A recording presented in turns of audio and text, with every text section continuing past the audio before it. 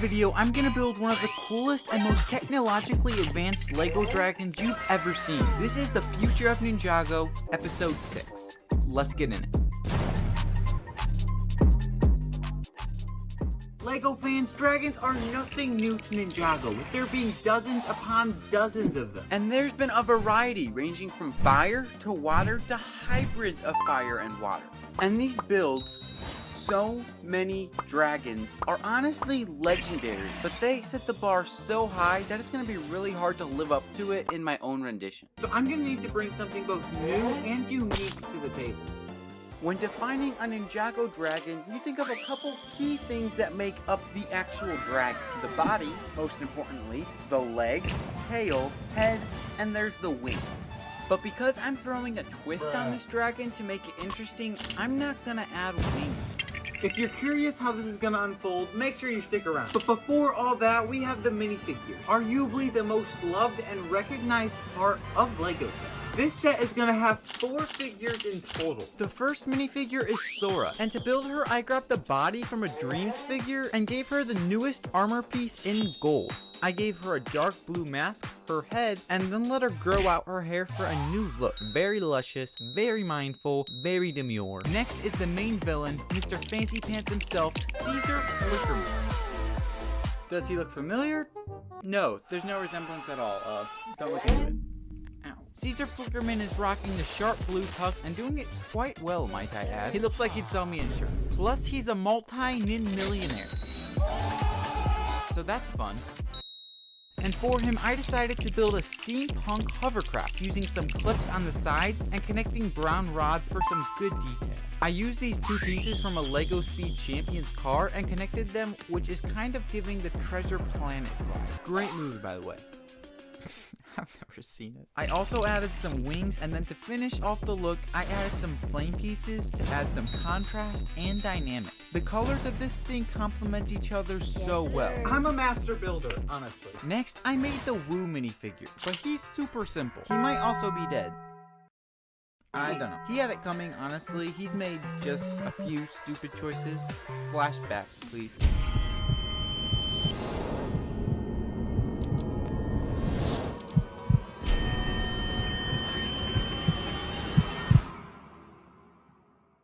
And finally we have Aura, who is just a clone of Sora, hence the name. She's evil. I used Ultraviolet's leg for a sleek and royal-esque color scheme. I grabbed this hoodie torso, which I think looks pretty clean as well. But my question is, can you guess what this minifigure head is from? I never would have been able to. It's from the Hands of Time Nia suit.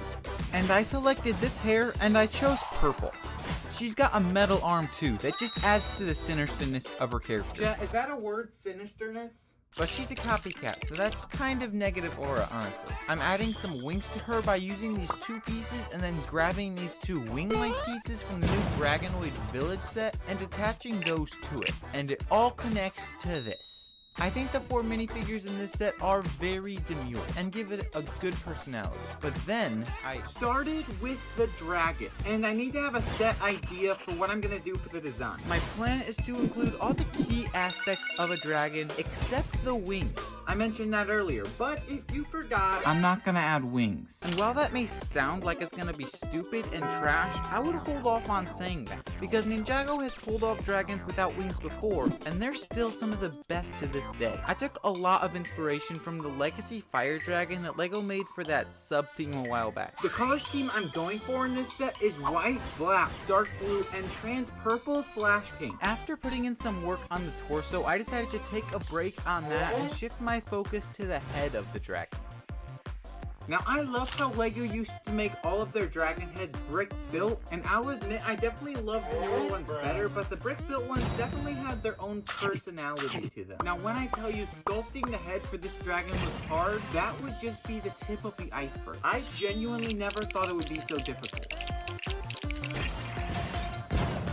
I gave the head some transparent pink eyes, and I also stole the jaw from the Fusion Dragon because that just seemed like a nice, lazy layout. I made a neck joint to combine both the head to the body and to add a saddle too. I clicked that on the body, and speaking of the saddle, it looks awesome. I tried to make it look as mechanical as I possibly could, so I went with these engine looking pieces on the side. I put a control pad in the front of the saddle using a click piece. I made the front legs just like the Fire Dragon. They're really long and they also have a slight angle in them, so they actually work and hold it up correctly. An interesting element I used is this piece that you would normally see on a Speed Champion's car. It rounds off the back of the leg in such a satisfying way. But you know, this dragon is supposed to be technology. And what do you think makes tech so dangerous? That's right, guns. You were probably thinking AI. Well, you were wrong, kid. Touch grass. I added some laser shooting guns to its leg. And picture this, it's soaring through the air while absolutely blasting this dude off the hovercraft thing.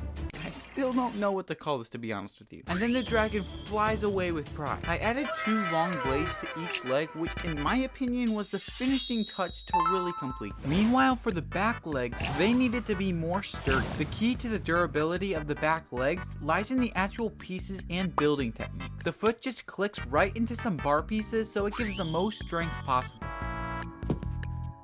It's alive! And then after clicking it into the body, it could be adjusted at the joint by the leg. And relying on the fact that the feet are pretty long themselves, I didn't have to worry about this thing falling over anytime soon. After building up a couple joints for the tail and adding some purple technology to them, snapping those together, and finally adding 2 final blades to the end of the tail, Sora's technology dragon is complete. This is one of the most technologically advanced dragons ever, and between all the sharp minifigures, creative side builds, and the legendary dragon build, this set is 5 out of 5 stars. And always remember that Jesus loves you and has a purpose for everything in your life. You should watch the previous episode. I built a 4-armed mech for Aaron.